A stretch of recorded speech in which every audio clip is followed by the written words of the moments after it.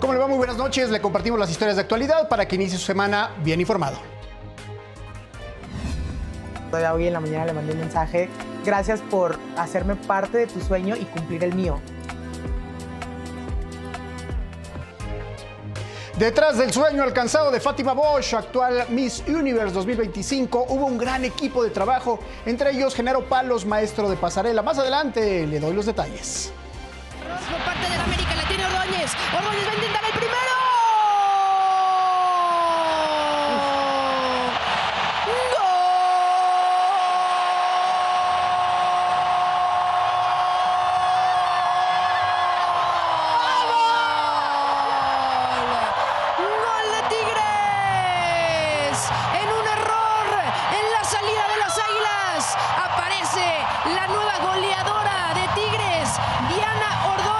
La jugadora que viene llegando apenas a este torneo, apareciendo en la gran final. Ya lo vio usted en juego que pudo disfrutar por las pantallas de Imagen Televisión. El equipo de Tigres Femenil se coronó por séptima ocasión en su historia como campeonas al vencer en la final a las Águilas del América. Más adelante le tendremos toda la información.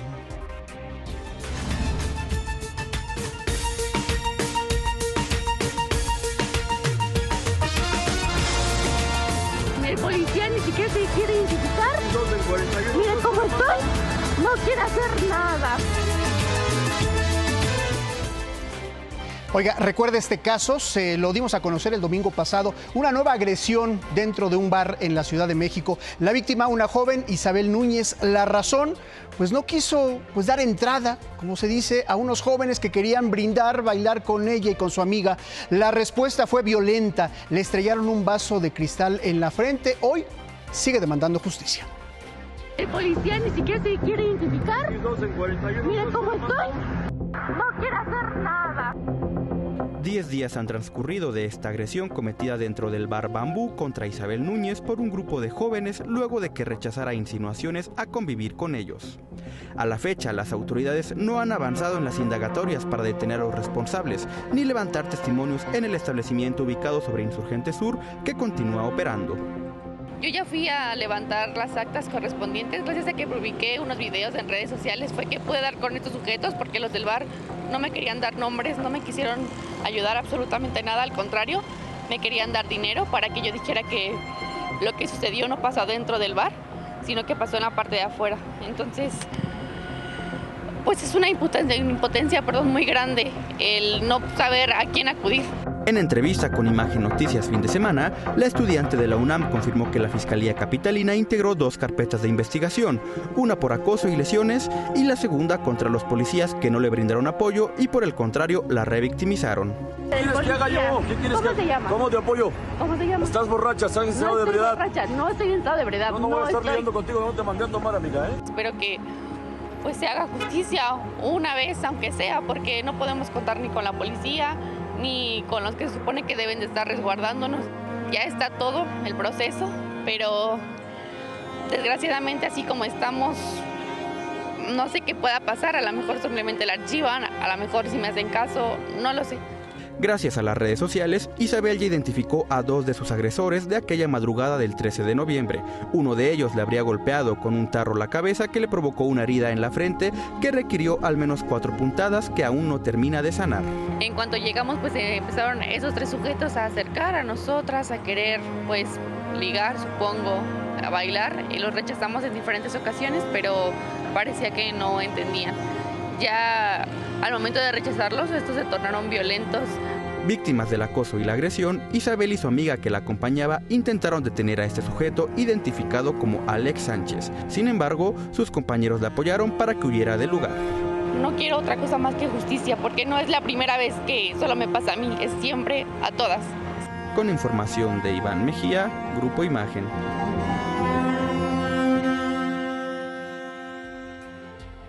Bueno, pues estaremos atentos a cómo se resuelve este caso y sobre todo a que no haya impunidad. Ahora, ¿por qué es importante condenar estos hechos y como sociedad demandar justicia? No solo porque estamos a 2 días, fíjese, de que se conmemore el Día Internacional para la Eliminación de la Violencia contra la Mujer, sino porque pese a la disminución que marcan algunas estadísticas oficiales, estas cifras de violencia en todos sus rubros siguen siendo altas y no se diga la percepción. Ante este panorama, las mujeres que habitan la Ciudad de México dicen no sentirse seguras. Para este 25 de noviembre se prevén distintas marchas de mujeres que saldrán a las calles para exigir un alto a la violencia contra su género. Pues no me siento tan segura, pero creo que ya últimamente por mi propia cuenta he tenido que tomar mis prevenciones. Pues sí, mandando a la ubicación, avisándole a alguien a dónde estoy, pero creo que en temas de, a lo mejor de iluminación, por donde vivo, sí ya hay más iluminación, veo más gente patrullando, pero creo que la inseguridad todavía sigue. Y mire, ahí le van algunos números sobre el Día Internacional de la Eliminación de la Violencia contra la Mujer. Fue establecido por la ONU en 1999 para denunciar la violencia contra este sector de la sociedad y promover políticas justamente para erradicarlas. Este 2025 el tema no podía ser otro. Únete para poner fin a la violencia digital contra las mujeres y las niñas, cuyo fenómeno ha crecido de manera exponencial en todo el mundo a través del uso indebido de imágenes íntimas o intercambio no consentido, a menudo denominado pornografía vengativa. También el ciberacoso, troleo y amenazas en línea, falsificación de imágenes mediante inteligencia artificial, pornografía falsificada e imágenes, videos o audios manipulados digitalmente, según previenen las Naciones Unidas. Además, discursos de odio y desinformación en las plataformas, suplantación de identidad y redes misóginas. ¿Qué pasa en cuanto a México? Bueno, el INEGI reporta que en 2024 10.6 millones de mujeres fueron víctimas de ciberacoso. 29% de ellas reportaron agresiones sexuales en línea, insinuaciones o propuestas sexuales, además de contenido sexual. Entre los principales efectos emocionales del ciberacoso, diferenciados según el sexo, destacaron el enojo en un 61% de las mujeres y la desconfianza en un 39% y el miedo en 34%. Ahora, en cuanto a las personas agresoras, pues el 21% de estas personas fueron conocidas de la víctima y el 61% personas desconocidas, quienes refirieron también las mujeres que un 17% de estas agresiones eran de tanto personas conocidas como personas desconocidas. El ciberacoso genera diversos efectos en la vida de quienes lo experimentan. El enojo se presentó en un 61% de las mujeres, la desconfianza en 39% y el miedo en 34.5%. ¿Cuáles fueron las medidas que tomaron las mujeres ante este ciberacoso? El 71% fue el bloqueo del agresor en plataformas y solo el 13%, o poquito más de 1 de cada 10, decidió denunciar y otro 12% ignoró la conducta en su contra. Así las cifras de cómo está la situación en cuanto a la violencia que sufren las mujeres a solo 2 días de que se conmemore este Día Internacional para erradicar la violencia contra las mujeres. Y mire, cientos de personas marcharon en Villahermosa, Tabasco, para exigir justicia por la presunta ejecución de un estudiante de veterinaria a manos de elementos de la Policía Estatal. La movilización, convocada por familiares, compañeros y universitarios y colectivos civiles, inició frente a las instalaciones de la Fiscalía General del Estado y avanzó por Paseo Usumacinta hasta la Plaza de Armas de esta ciudad.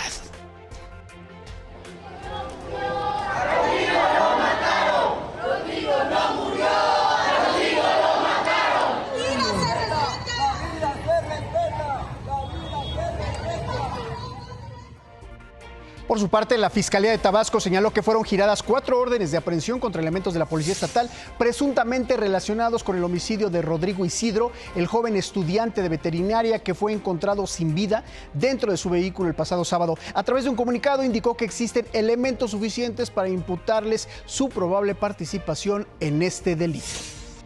Policías contra policías, esto sucedió en Acambay, allá en el Estado de México. Un operativo para localizar un vehículo con reporte de robo derivó en un enfrentamiento armado.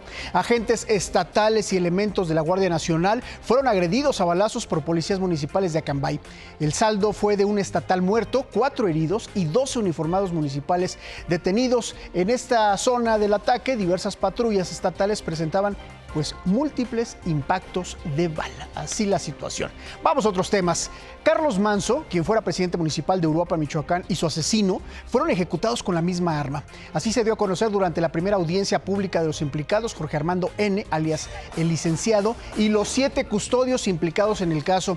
De acuerdo con los datos presentados por el Ministerio Público, fue Demetrio N., uno de los escoltas de Manso, quien detonó el arma de fuego contra el menor de edad, cuando ya estaba pues sometido en el piso, pero aún con vida.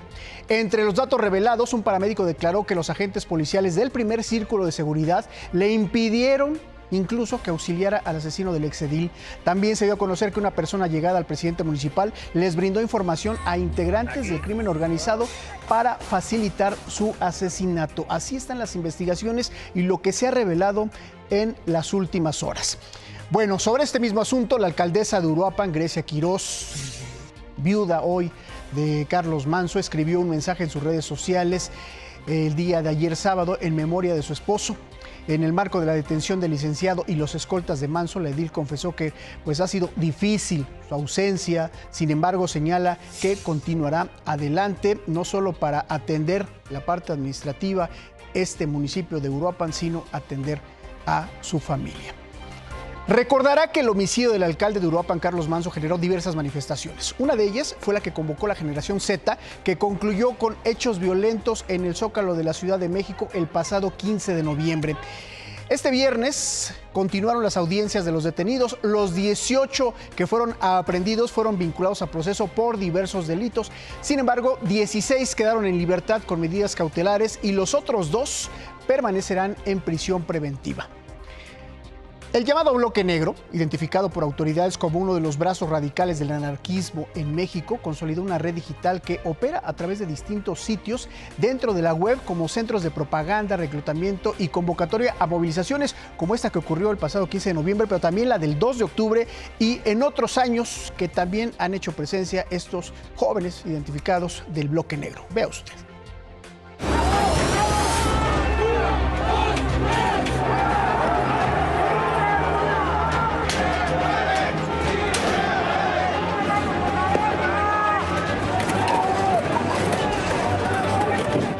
El grupo de anarquistas identificado por las autoridades como el Bloque Negro opera activamente en el entorno digital, con más de una decena de páginas web y perfiles en redes sociales como Facebook e Instagram, con miles de seguidores.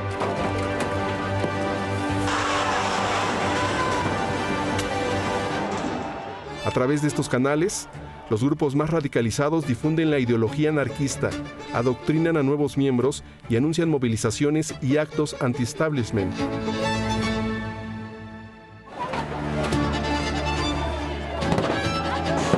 Grupo Imagen consultó los sitios web donde se difunde información de estos grupos, entre ellos los llamados Ocupa Che, Instinto Salvaje, Cruz Negra Anarquista, Anarquistas de México y Coordinador Estudiantil Anarquista.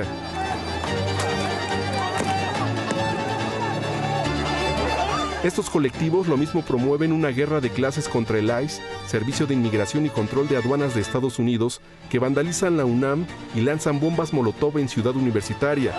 Las protestas violentas del Bloque Negro ganaron notoriedad a partir del 1 de diciembre de 2012, día de la toma de protesta de Enrique Peña Nieto como presidente. Las incursiones más recientes fueron el robo a joyerías del centro histórico de la Ciudad de México el pasado 2 de octubre y su presencia en la manifestación de la Generación Z en el Zócalo, donde derribaron las vallas metálicas que protegían Palacio Nacional el pasado sábado 15 de noviembre. Informó para Imagen, Héctor Figueroa.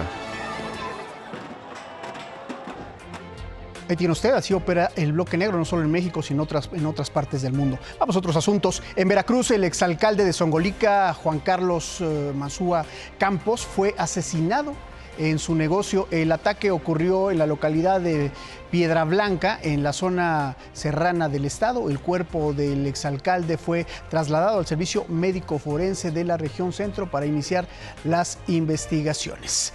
Un operativo de la Fiscalía de Justicia de Nuevo León reveló la existencia de un crematorio clandestino de mascotas que operaba bajo la fachada de una panadería. Vea esta historia.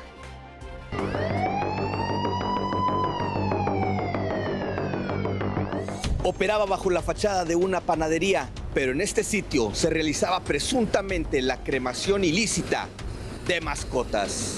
Trascendió que todo esto ocurrió luego de una denuncia, y es que una persona habría contratado los servicios para cremar a su mascota.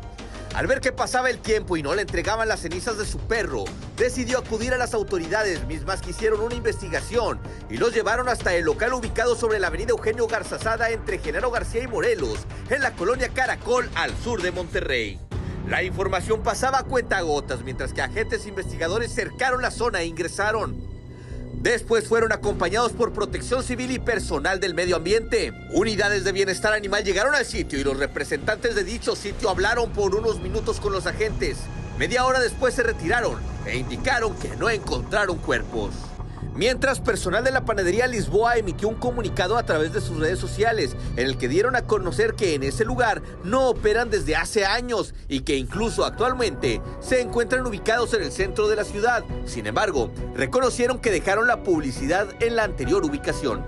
Horas más tarde, una fuente reveló que en el sitio fueron localizados documentos, tales como bitácoras de ingreso de animales a dicho crematorio, así como expedientes formados en relación a los animales que presuntamente ingresaron al sitio, además de un listado de las personas que trabajaban en el lugar. También fueron decomisados equipos de cómputo como tabletas, iPads y realizarán el análisis de cámaras de vigilancia y circuito cerrado con los que cuenta este lugar para constatar las condiciones en las que se encuentran las instalaciones de crematorio clandestino, como los hornos y herramientas en el interior del inmueble. En la cámara, Jesús Ramírez, para Imagen, Ángel Medellín. ¿Qué tal? Historias de México. Precisamente elementos de la Fiscalía de Nuevo León catearon la panadería que funcionaba como crematorio clandestino de mascotas. En el lugar se encontraron pues solamente algunos indicios de restos óseos calcinados al interior de un recipiente metálico, restos óseos en un horno ubicado en el área de crematorio y cenizas recolectadas en el área de la cochera. El inmueble quedó asegurado por el Ministerio Público.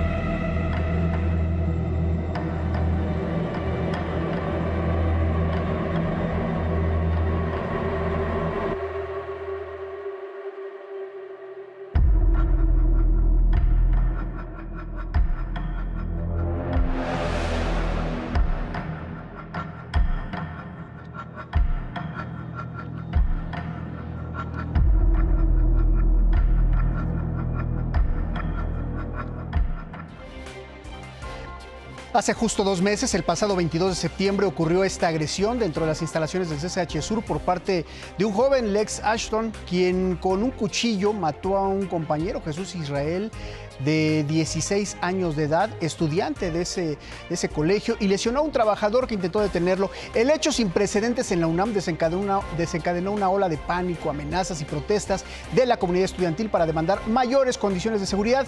Este lunes 24 de noviembre estaba contemplado el regreso presencial de los estudiantes, anunciado por las propias autoridades universitarias este fin de semana. Sin embargo, ayer sábado, la exigencia de madres, padres y alumnos de reforzar aún más la seguridad retrasó esta actividad hasta nuevo aviso. Las familias demandan el funcionamiento completo de luminarias en el entorno, botones de emergencia y, de paso, la reparación de baños. Vamos a otra información. La presidenta de la República, Claudia Sheinbaum, llamó a defender la independencia y soberanía al conmemorar este domingo el bicentenario de la consolidación de la independencia en la mar en el puerto de Veracruz, en el marco del Día de la Armada de México. La titular del Ejecutivo estableció que, tal y como sucedió hace 200 años, el pueblo de México no acepta injerencias extranjeras en asuntos de la vida interna. Es así que la historia nos muestra que no triunfa quien convoca la violencia como instrumento de presión, o quien cree que unas cuantas personas callan la alegría de un pueblo. No triunfa el uso de la fuerza para acabar con la razón. Tampoco triunfa quien defiende los viejos privilegios frente a la transformación. No triunfa quien busca apoyo extranjero cuando no tiene apoyo interno. Pero siempre el pueblo de México debe estar alerta para defender la justicia y cualquier intento de injerencia externa, apoyada, sí, por los conservadores. Por cierto, allá mismo en el puerto de Veracruz, el buque Escuela Cuauhtémoc atracó en el muelle principal tras haber sufrido un accidente, recuerda, en mayo pasado allá en Nueva York, que cobró la vida de 2 cadetes y dejó otros 19 heridos. Tras la reparación a que fue sometido en Estados Unidos, el buque retornó a México y atracó en Cozumel, Quintana Roo, y posteriormente fue a Progreso, Yucatán, para finalmente llegar hasta Veracruz. Este domingo, la presidenta Claudia Sheinbaum visitó este buque. Destacó que a pesar de lo ocurrido, la tripulación pudo sobreponerse a la adversidad con el espíritu que caracteriza a los marinos mexicanos, demostrando así la resiliencia y vocación de servicio que tienen los marinos, pilares de la formación naval. Bueno, en este marco, recientemente la Armada de México presentó su desarrollo de vehículos blindados que hacen uso de la inteligencia artificial para combatir al crimen organizado. Se trata de un programa de diseño y ensamble en la fábrica de blindados que cuenta con 5 unidades ya operadas en terreno, que es tan, bueno, pues que se espera que ya para este siguiente año se dé paso a una producción en serie. Así están estos blindados de la Armada. Es un vehículo blindado de nivel 10, es decir, soporta impactos de hasta calibre 50. Podemos ver que los cristales son de 84 milímetros de espesor, con grandes capacidades. El vehículo está además integrado con sistemas tecnológicos de un armamento remoto que cuenta con inteligencia artificial para el seguimiento de blancos objetivos. Es una ametralladora Dillon M134 con una cadencia de 3.500 disparos por minuto.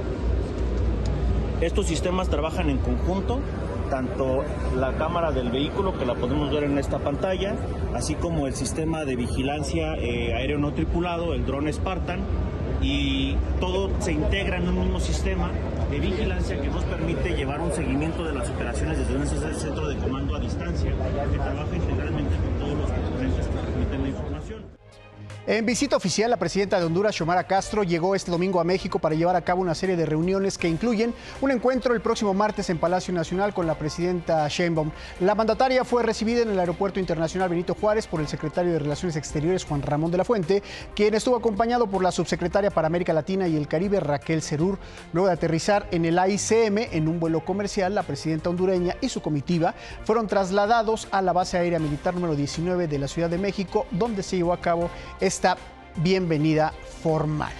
Y vea usted lo que ocurrió en las inmediaciones del Monumento a la Revolución. Un evento en el que se presentó el cantante El Bogueto y el streamer Maestro Shifu dejó 5 personas atropelladas. El caos comenzó cuando la multitud eufórica cerró el paso en Avenida Insurgentes y la calzada México-Tenochtitlán, impidiendo incluso que los organizadores llegaran al punto de la reunión. El conductor de un vehículo, al verse rodeado y atacado, intentó escapar, ahí lo tiene, atropellando a su paso a 5 personas. Paramédicos atendieron a los lesionados, quienes fueron diagnosticados con heridas que no ponían en riesgo sus vidas. En tanto, policías capitalinos detuvieron a los tripulantes del automóvil, 2 jóvenes de 18 y 21 años y también a un menor de 15 años.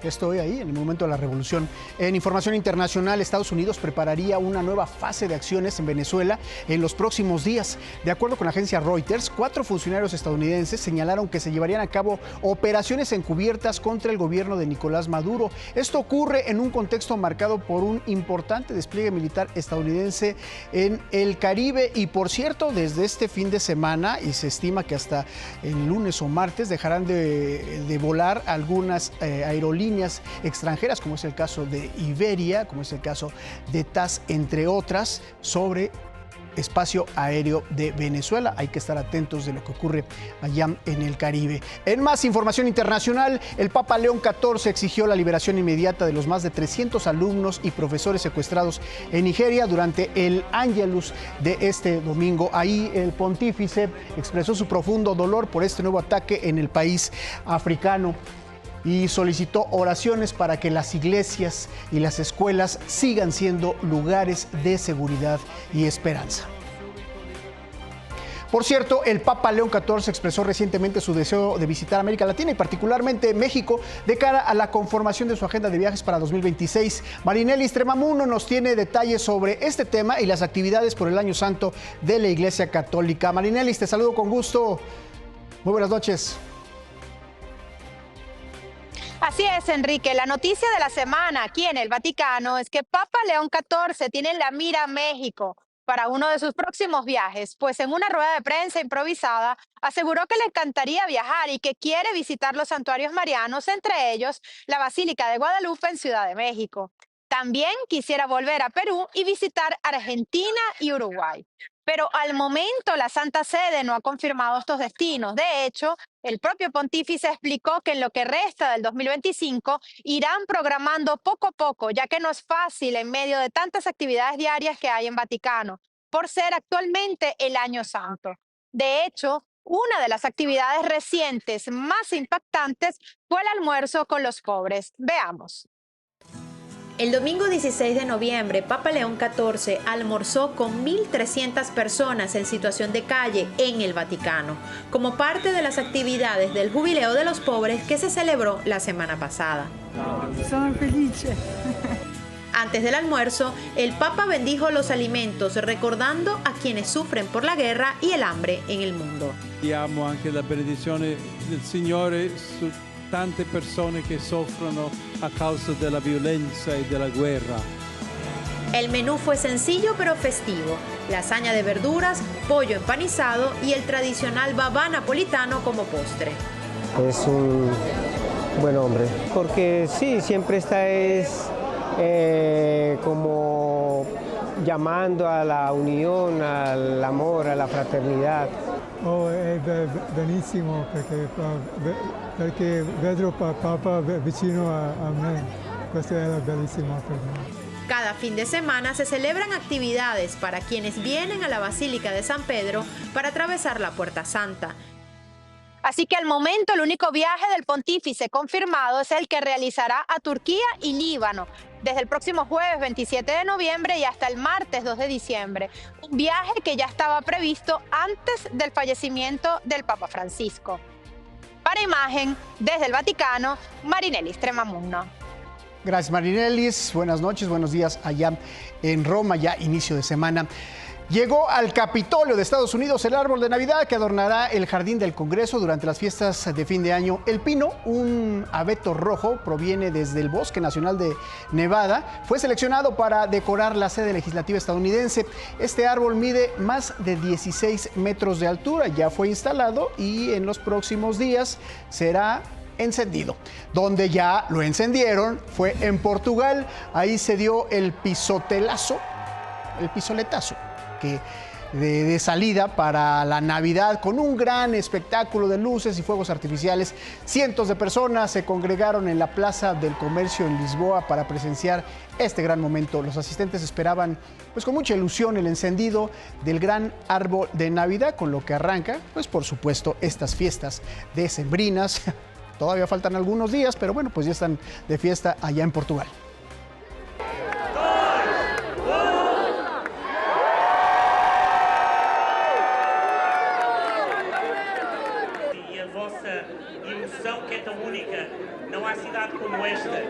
E agora,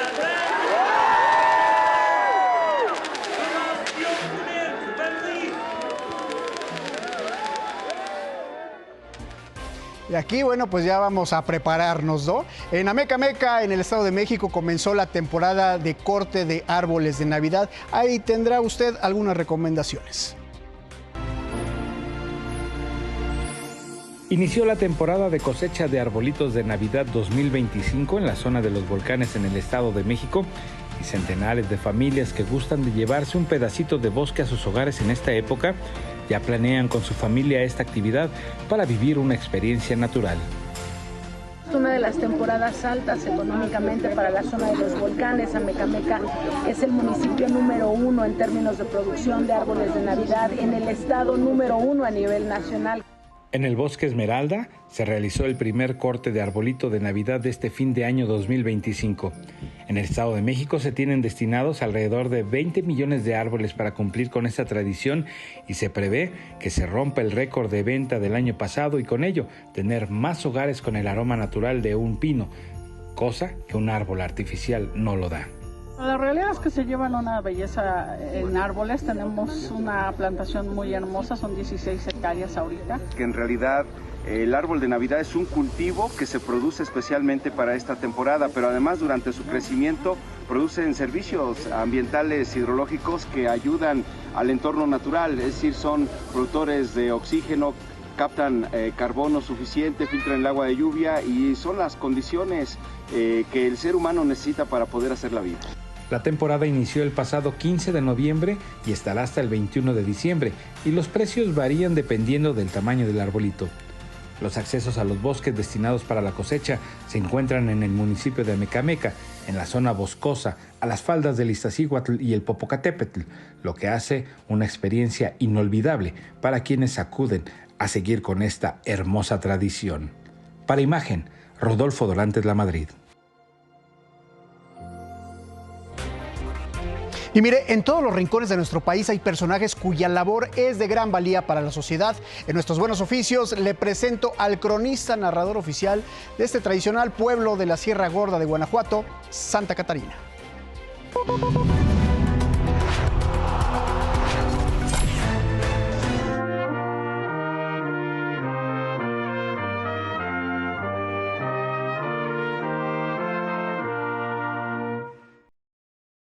En la Sierra Gorda de Guanajuato hay un vigilante milenario que resguarda a su pueblo.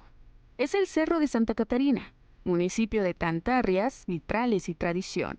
Santa Catarina, pues el municipio está al noreste del estado de Guanajuato. Incluso por aquí últimamente hay muchos que lo mencionan como un rinconcito, el rinconcito de Guanajuato. El señor José Luis llegó a Santa Catarina hace 30 años. Su curiosidad por la historia del lugar lo impulsó a investigar y compartir ese conocimiento para conservar la identidad del municipio. Ahora es el narrador oficial. A mí se me encargó en la administración pasada llevar la parte histórica. Lo poco que sé, pues me gusta compartirlo, ¿no? con las demás personas, con la gente que viene de fuera, con la gente de aquí mismo, porque hay veces que también la gente de aquí mismo pues no conoce mucho de la historia de su municipio. Y esto me llama la atención.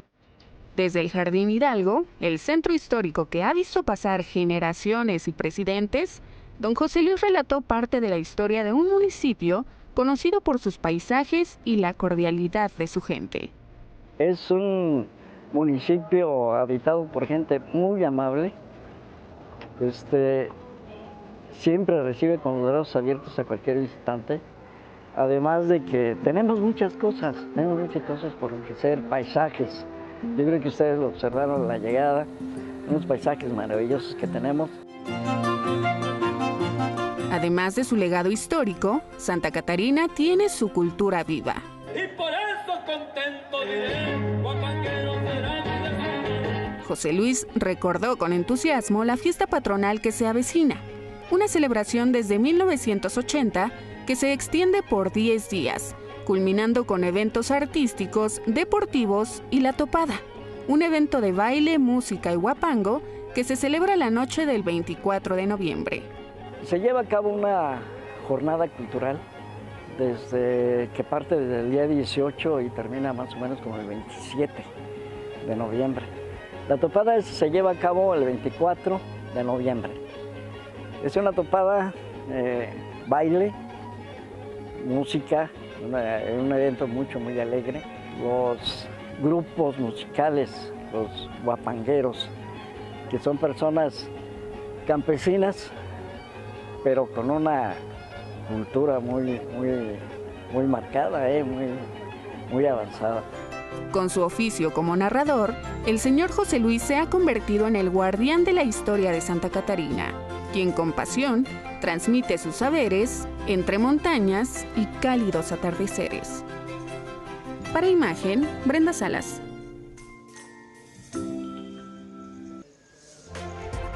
De vuelta a la Ciudad de México, vamos hasta las inmediaciones de la Basílica de Guadalupe. A esta hora de la noche, pues ya comienzan a llegar peregrinaciones de cara al próximo 12 de diciembre. Te saludo con gusto, Rodolfo Dorantes, ¿cómo estás? Muy buenas noches. El gusto de saludarte es mío, Enrique, muy buenas noches. Efectivamente, y a 3 semanas de la celebración por la aparición de la Virgen de Guadalupe, pues fieles se adelantan y comienzan a llegar a este templo mariano, este templo de la Morita del Tepeyac, que en esta ocasión pues se cumplen 494 años de su aparición en San Juan Diego.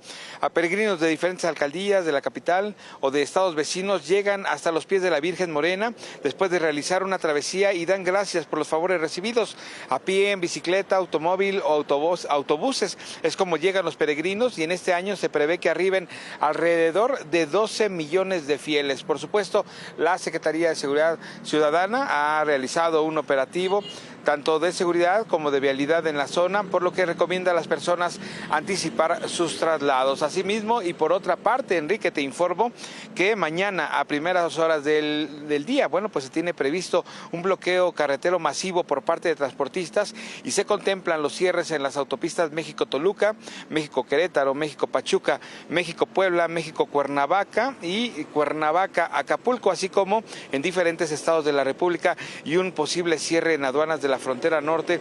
También hay que tomar previsiones y salir con bastante tiempo para evitar retrasos. Finalmente te informo que hay que sacar las chamarras y los guantes porque la Coordinación Nacional de Protección Civil exhorta a la población a tomar precauciones y protegerse ante el clima adverso de las próximas 72 horas y se prevé que el miércoles 26 se presenten lluvias fuertes con puntuales muy fuertes en Nuevo León, Tamaulipas, San Luis Potosí, Hidalgo, Puebla, Veracruz y Oaxaca. Así que, Enrique, ahí está la advertencia, por supuesto, tanto de los bloqueos como del frío, para que no los tome desprevenidos. Mi reporte.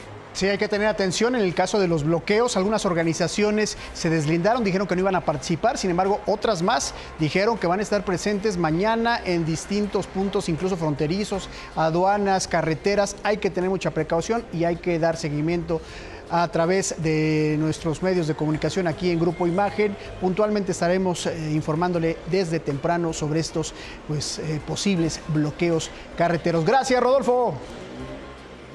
Hasta luego, bonita noche. Hasta luego, muy buenas noches. Desde el 22 de noviembre de 2024, hace un año, cuando el Departamento de Agricultura de los Estados Unidos anunció el cierre de la frontera con México a las exportaciones de bovinos debido a la plaga del gusano barrenador del ganado, se han confirmado 10.011 casos en 7.474 reses. La plaga avanzó en al menos 2 estados: Chiapas, Oaxaca, Yucatán, Veracruz, Tabasco, Campeche, Quintana Roo, Puebla, Nuevo León, Querétaro, Jalisco y Morelos. Para contener este avance se han liberado 4 millones de moscas estériles en el territorio nacional. Y mire, sobre este mismo asunto, la Secretaría de Salud actualizó las cifras sobre los casos de miasis por gusano barrenador en humanos. De acuerdo con el boletín epidemiológico, el registro nacional ascendió a 84 casos confirmados. Se detectaron 9 contagios. La distribución total de pacientes por estado es el siguiente: Chiapas se encuentra con 75 casos, Yucatán con 5 casos y Campeche está con 3 casos. En tanto se acuerda la reapertura de la frontera al ganado que pudiera ocurrir, se lo adelantamos, en la primera quincena del mes de diciembre, México y Estados Unidos unen fuerzas para erradicar en 5 años el gusano barrenador con distintas estrategias, entre ellas esta que le comentaba, la de liberar moscas estériles sin usar insecticidas y proteger al sector de más pérdidas millonarias.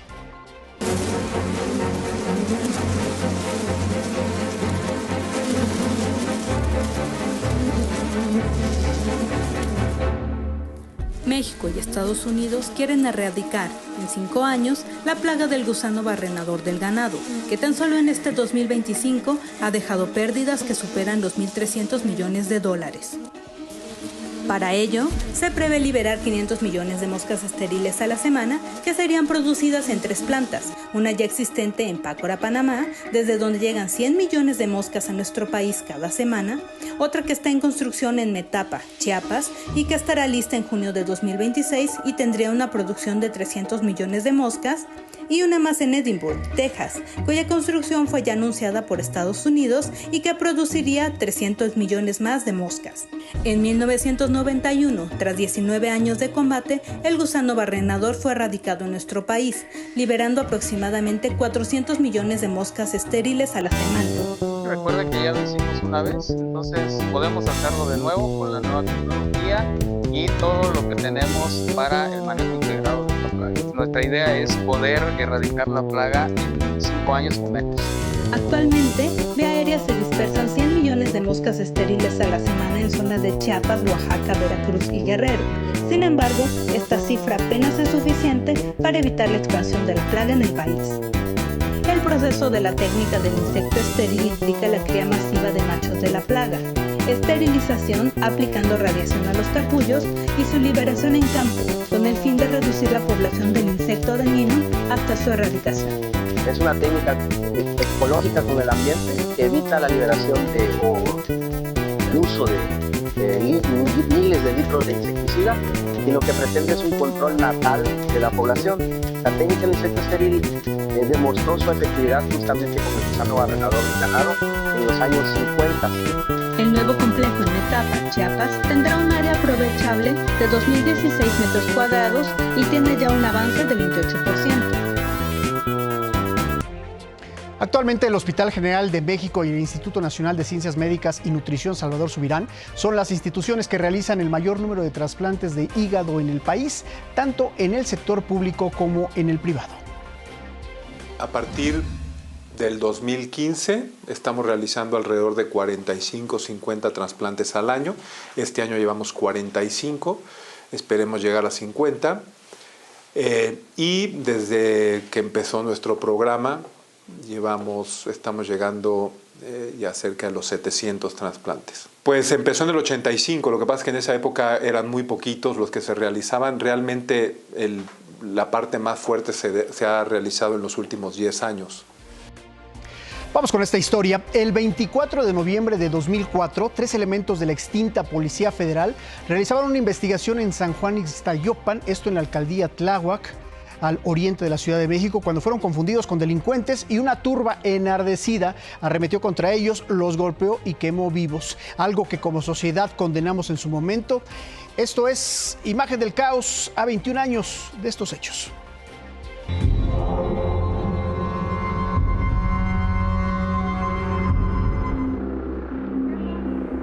Tláhuac, tierra donde la ciudad se disuelve, donde la modernidad apenas roza las paredes humildes. Ahí, donde las fiestas patronales aún mezclan pólvora con rezos, la tragedia sembró su raíz.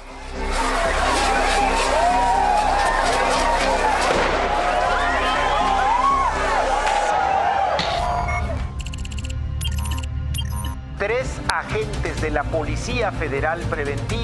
El día parecía cualquiera, pero el destino, como un verdugo invisible, ya alistaba una historia de terror. El 23 de noviembre de 2004 sucedieron unos hechos lamentables, un linchamiento a 3 elementos de la Policía Federal, donde 2 de mis compañeros desafortunadamente perdieron la vida. Su misión, se dijo, era vigilar. Unos padres de familia que me abordaron y me dicen, ¿y usted quién es? Digo, ¿por qué? Me dice, es que a usted no lo conocemos, usted no es de aquí. Empezaban a subir padres de familia y le dice a uno de ellos, dice, ¿tú tienes hijos aquí en esta escuela? Dice, sí, voy por ellos. Me dice, estos son los secuestradores. Entonces, ¿cómo que secuestradores? Sí, es que secuestraron a 2 niñas. Y aquí empezó el suplicio. Somos Policía Federal Preventiva.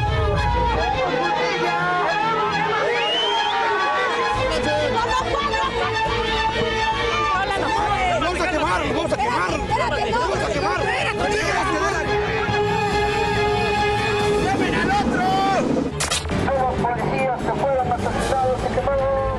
Le voy a demostrar que somos gente honesta. Le voy a hablar a mi jefe a gente de la Policía Federal. Me dejan hacer la llamada. Nos están golpeando, señor, porque la gente de aquí se empezó a decir que supuestamente veníamos para llevarnos unas niñas y todo, pero no, ya les dijimos que venimos a lo del narcomenudeo, pero no nos quieren creer. Estamos investigando narcomenudeo. Los 3 hombres se convirtieron de pronto en símbolos de un Estado ausente.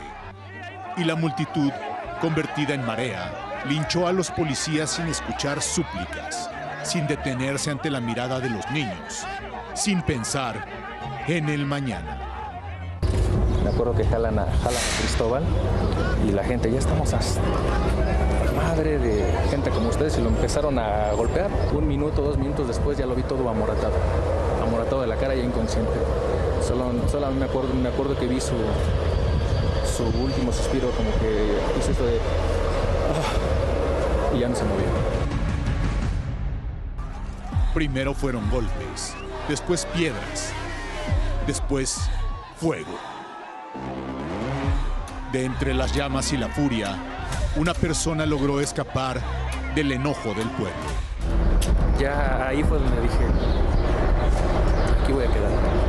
En ese momento es cuando siento una mano en el hombro izquierdo, es cuando me levantan y me sacan. Un sobreviviente que no fue héroe ni verdugo. Fue la cicatriz viviente de aquel día. Testimonio doloroso de lo que la multitud hizo cuando confundió justicia con venganza. El Estado reaccionó tarde. Los cuerpos ya eran ceniza.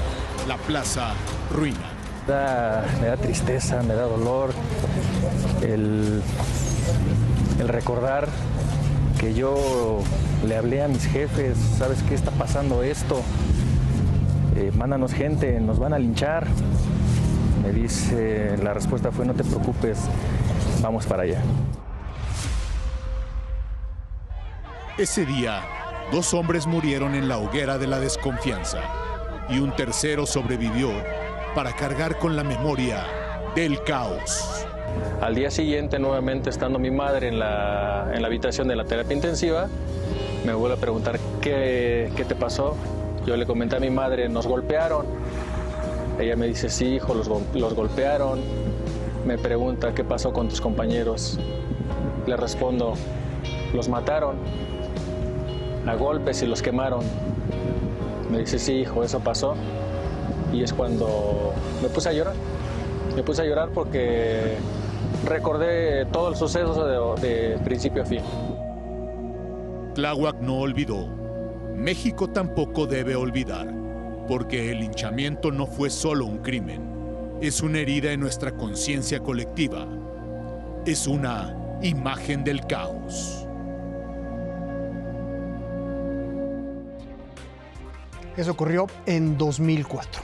Vamos a otros temas. El jueves pasado, la tabasqueña Fátima Bosch se alzó con la victoria en Miss Universe 2025. ¿Sabe usted quién estuvo entre muchas personas apoyando este triunfo y quién pues la alentó, se integró al equipo? Fue Genaro Palos, maestro de pasarela, quien al final fue parte importante de este triunfo. Conózcalo.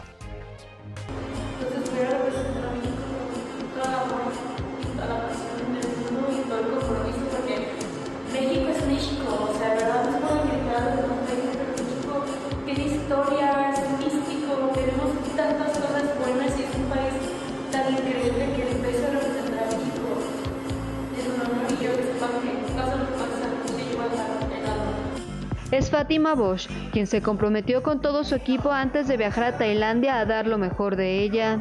Miss Universe is Mexico.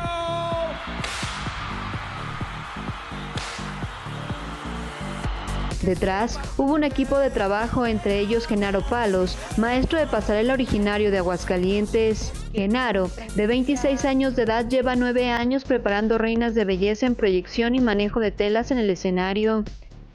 Pero la primera vez que fui Miss Universo fue en el 2010, aparte ganó una mexicana, Jimena Navarrete.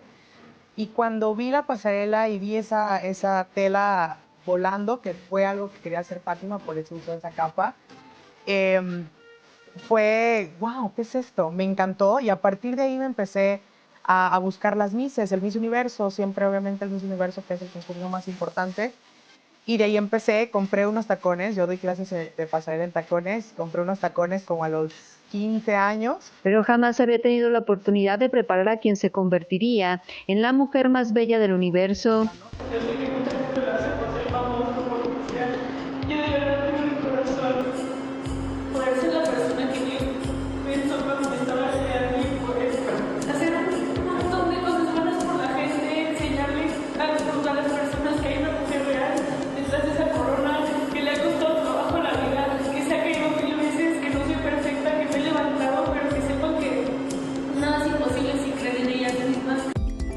Aunque no pudo acompañarla a Tailandia, desde Aguascalientes celebró su triunfo. Todavía hoy en la mañana le mandé un mensaje: gracias por hacerme parte de tu sueño y cumplir el mío, porque de verdad pues era un sueño para mí preparar una Miss Universo.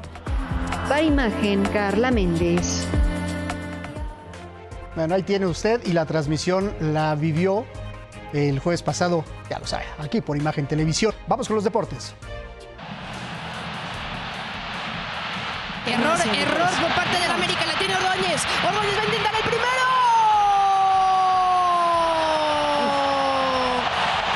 ¡Gol!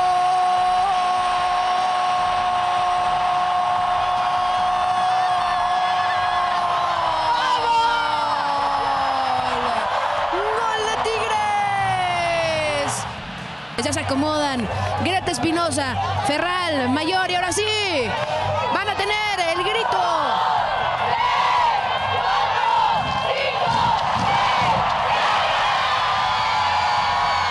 Y ahora tienes a Tigres ganando por séptima ocasión en su historia para ser las campeonas de la Liga BBVA MX Femenil Apertura 2025.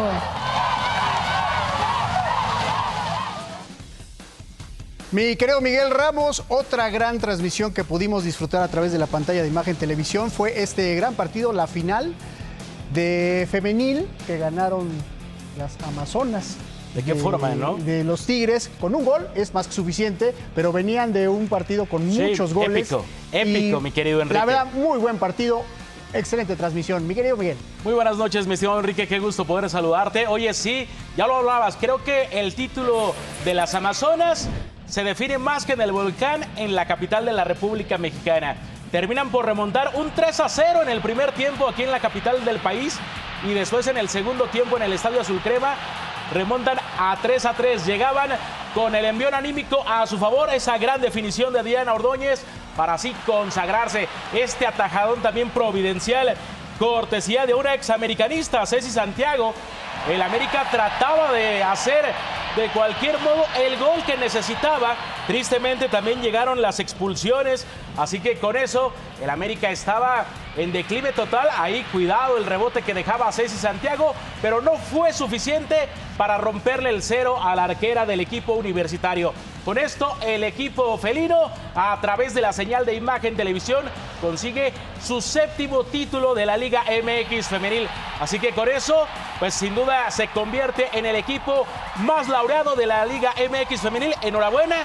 Y ojo, el América de 7 finales, 6 perdidas.